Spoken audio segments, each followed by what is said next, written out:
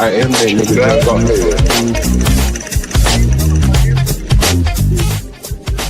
They give it to black culture like it needs to be given with both fucking barrels. Be brave. Be brave. You know, I was on a panel the other night, and I'm going to share this quickly with you. I want you to take a look at this. This is a panel from Nightish the other night. And see if you can take a listen here. This is Nightish from the other night. And so you'll see at the bottom left-hand screen, there's a guy named Lord ADS ASAP or something like that. Lord ADS, yeah, ASAP. And so here's a snippet of what he was saying last night in relation to the Karmelo Anthony case. I want you to listen here. I'm going to call you black if I find this. You a black man if I find this, John Goff. Today. I'm black. You see my picture? Hey, you find it, I pay you the finder fee. How much? He's passed. And so what he's John, if I can do this. Yeah, I've been. What he's talking about? Time I was in. I mean, hey, Lord, can you send me the fucking buggies apart? Don't get hit with that lock and that sock. You finna get all of them more weapons. Fucking pieces of and gonna be the sixth. About the time. It ain't no fun. Quick document or something. So there's a police report or somewhere. He said he had a police shop. John Galt is passing, and can't nobody make no money over here. Let me help you out. I got y'all. No problem. He's gonna play his silly. Hold on, I'm going through my tools now because we got to set it back about a week or two when this all came. Damn, it was 3 or 4 weeks when this all started, wasn't it? Shit. Man, here's my response. I'm pressing the guy. I'm saying, hey, if you said that there's proof that Karmelo Anthony had a Cleat sharpener, you know, I want to know. I'm not afraid of the truth, but I want to know where you got that from. So at some point, he finally put some links in the back chat, and they were all from like Facebook, like people just tweeting out rumors. These are normally built out by conquering as upper middle class neighborhood. He didn't live around niggas, but he act like one. Even asked me, said he loved to fight like a nigga. Like, yeah, I do. It not work for him, and it probably doesn't work for a lot of. I want to say this about the Karmelo Anthony thing, because people think because some extreme things was said recently that it's really gonna work. When you say extreme things like that, there's gonna be an extreme response. I don't think it's gonna work out the way people think it's gonna work out. Yes, he's been indicted. Yes, they're saying it's first degree. I don't think it's going to work out the way people think it is just because those things are said. Maybe he get manslaughter. Who cares? I mean, ultimately, his life is more. No. I don't think it's going to work out the way people think it's going to work out. It's best that he get the most extreme kind of charge.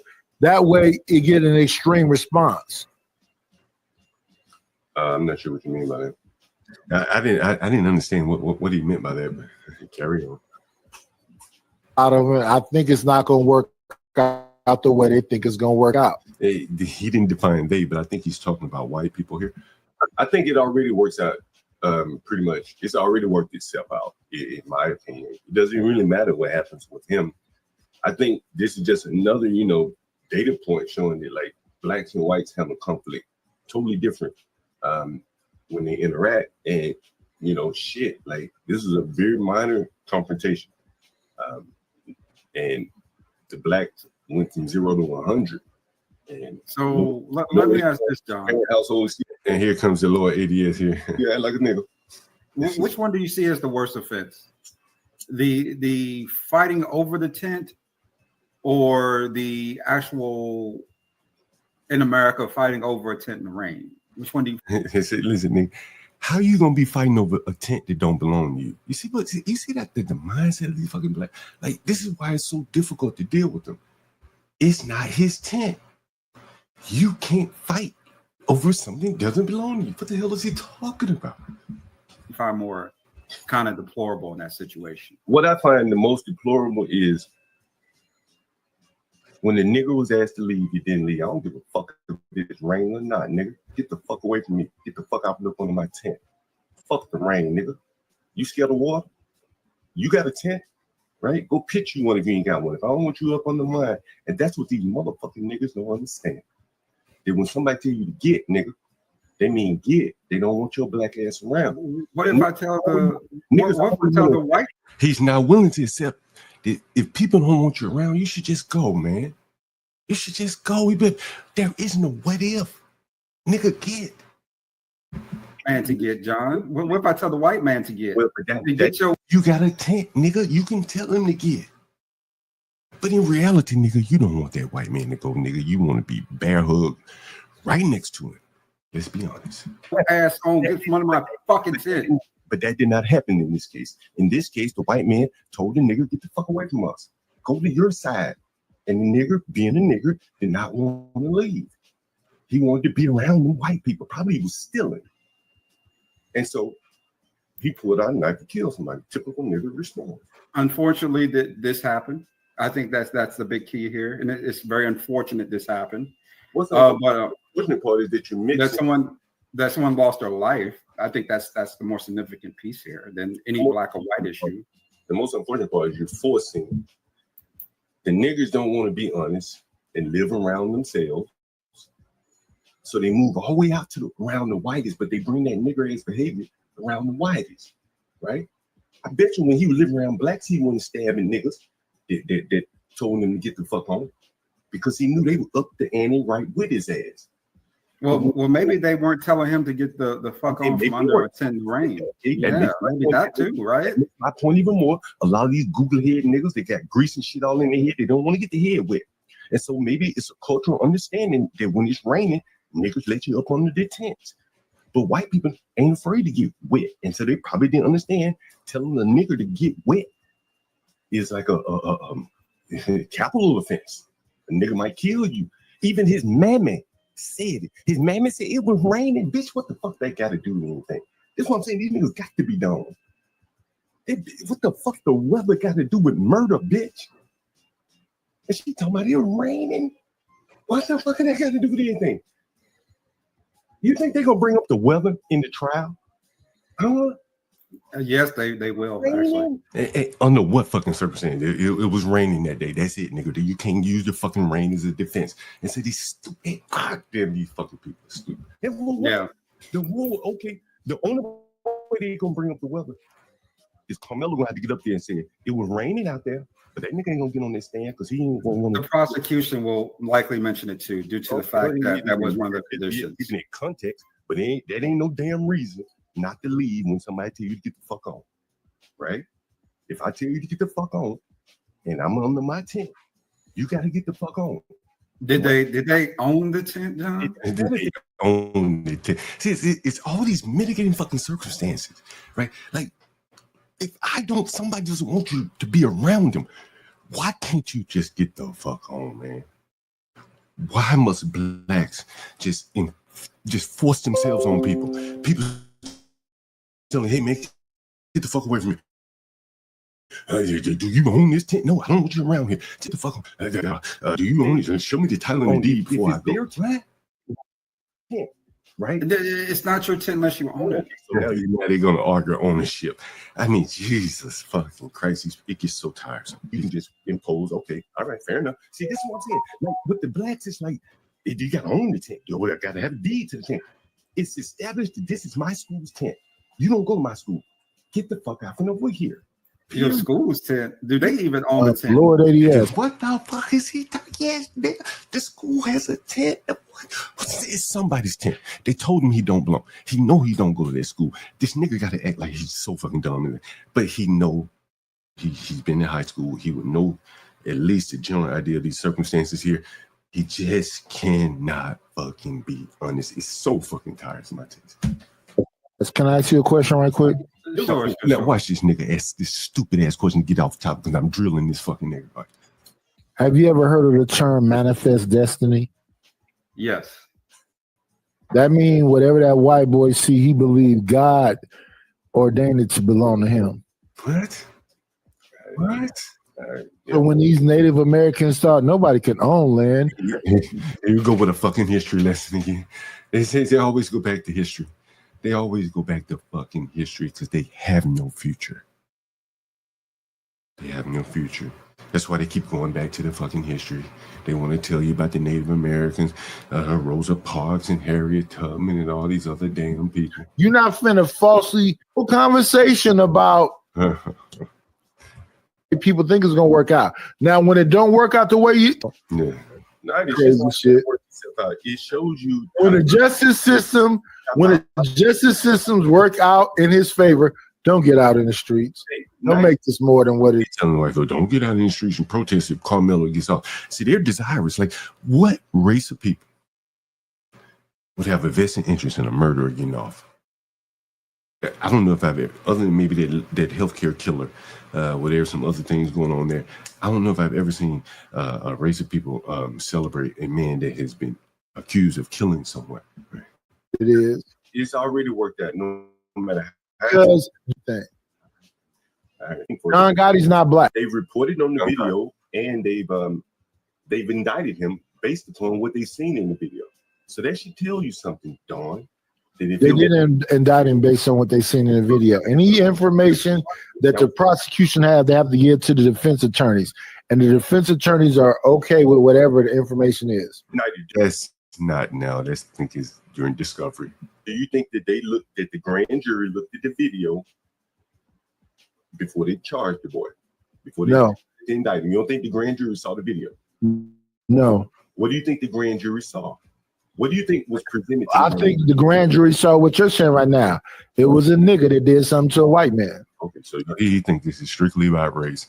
And I asked him, I said, well, are there any blacks on the grand jury? Do you know what the composition of the jury is racially? I think it was just racial. Okay, fair enough. Yes, for the most part, yeah. All right, fair enough. You don't even know who's on the grand jury. It could have been blacks on the grand jury. You don't even know. It could have been John Galt type blacks, though. Okay, that's John Galt type blacks. See, so what he's saying here is that certain blacks will let you off of, responsibility for your crimes, and then there are other blacks like myself. He says that will, hold a black man's feet to the fire if he's and will pass him on for indictment. That's what he's saying here. There are two types of blacks: one that supports criminals, and the other that doesn't. I mean, we'll see how this all works out for the young man, right? In the circumstance. I mean, keep him and Austin in your prayers, right? Make sure that they're straight, saying they're good, family's okay and healing, but that's one instance. Again, condolences. Want to see their children. Let me ask you this question: why do you think Karmelo had the knife that day against all? It was here's what I said the first time I heard about this case. I said, let it play itself out in court. I asked you, why do you think he had the knife? I'm just. I don't want to speculate. That's called mob. Yeah, blacks who speculate. They form mobs. Before the George Floyd jury could be rendered, but when it ain't going their way, they don't even want to use their little pea brain, that smooth brain of theirs. They don't want to use it. He don't want to. He can't answer that question because no answer is a good answer, so they just refuse to answer. That is kind of how blacks work. That's what, you're winning. You're never gonna get an answer out of them to prove them wrong. You can just bag them into a corner where they won't answer, and that is the tactic here. That's why I asked them, well, give me a good reason why he would have a knife there. And now you're going to hear the other black come in and say it was a Cleat sharpener. Mob justice. Okay. You want to ask me? You want to ask me about me? Let's talk about me when I was. Did you know what BX wants to talk about his childhood? He keeps telling me the story over and over about when he used BX pipe to beat somebody up. The first time I asked him, I said, well, who beating you up? He said, black people. The second time I asked, we started wanting to include a diverse mix of people. That's another thing about blacks. They'll be honest when they think that they're only talking to a black audience and you're going to use it against them. But then when you say, hey, man, but you just said it was black people that beat you up. Then he said, oh, well, that was just one incident. It was white people jumping on me, too. I said, I ain't never seen no white. I'm saying to myself, I've never seen a pack of white people attacking a nigga. Never seen it. You told me about it. Yeah. It's this wire that's wrapped around each wire. Attack people, right? Doing the canoe jump. The one that got slapped across the face. One of the things about high school is about blacks is they always go back to high school. Like their fondest memories, their peak, like peak damn near life. It's probably around about 16, 17 years old. That's when they probably are the most sexually desirous to women, from a man's standpoint. So after that, pretty much after high school, it all goes downhill here. And so unless they hit it famous, for most of them, it's going all downhill here. So the BX was black. His name was like there wasn't black people. Now, so you're time fighting. No one wants to hear about that. incidents. Yeah. Knife. It was a cleat cleaner used for his. Carmelo had that knife. Yeah. It was a cleat cleaner used for his Cleat shoe cleaner. blades. Oh, Yeah, okay. to be considered a knife or legal, it needs to be 5 inches. It wasn't even 3. How did you know this? Is that a newspaper reported on that? I actually did a little research on this a while back. They think he did some research and what he comes up with. Can you drop it in the back chat? I got a ton of it, man. I'm sure you want it all. One. All I need is one. I hear about that cleat sharpener because I hadn't heard that. I've heard it before, but I haven't read it. Hold on, let me see if I can just dig it up and straight out. Get it to me. Get it to me. All the cans, right? Like age fuck. Was it? The guy got the cleat sharpener evidence. I gotta hear this. Read There this. you go. It's in the back chat, John. It's like a Google list of links, right? Okay. It just kind of go through a lot of different articles, Yeah, but Google I dug through them and I was able to find out it was a cleat. Yeah, I'm gonna see if I can find that Google list of links. It was this right here. This is what he sent me. It was Karmelo. Let me share my tab with you. You can see this. Karmelo Anthony 3-inch had a 3-inch cleat sharpener. So he sent me the Google results for this, the search results for this. You can see this here. These are the search results that came back. Facebook, Threads, Facebook, TikTok, Reddit, TikTok. He went on to later admit that it was really just TikTok shit he had heard. He didn't hear anything from any legal sources, which brings me to this right here. The latest update here. Some of the evidence from the grand jury. Highlight that. It says here, witness told police no one believed Anthony was actually armed. According to police, previously obtained police arrest report, witnesses told Frisco police everything began when Metcalf, a student athlete, told Anthony, a Centennial High School student athlete, when Metcalf from Memorial, to move from underneath the tent. According to the documents, Anthony reportedly opened his bag, premeditation, and reached inside while warning Metcalf, touch me and see what happens. It's almost like a provocation there as well. Witnesses told police no one believed Anthony was actually armed. Metcalf, they said, proceeded to touch Anthony at least once. Touch is highlighted here. Anthony, witnesses said, didn't pull a black knife from his bag. Black knife from the bag and stabbed him in the chest there. So I think that puts to rest that Karmelo Anthony had a cleat sharpener there. He clearly had a knife. This is proof beyond a reasonable doubt there it was a knife because it was used in the grand jury hearing there. So once again, I hope you enjoyed this stream here, and I hope you got this. I hope I was able to highlight the thinking, the flawed logic, and the inability to analyze and analogize things properly. And I think it causes big problems for them in the workforce and even out in the world in their personal relationships. And I think that more or less is at the crux of it there. Once again, thank you for joining. Hit the like button.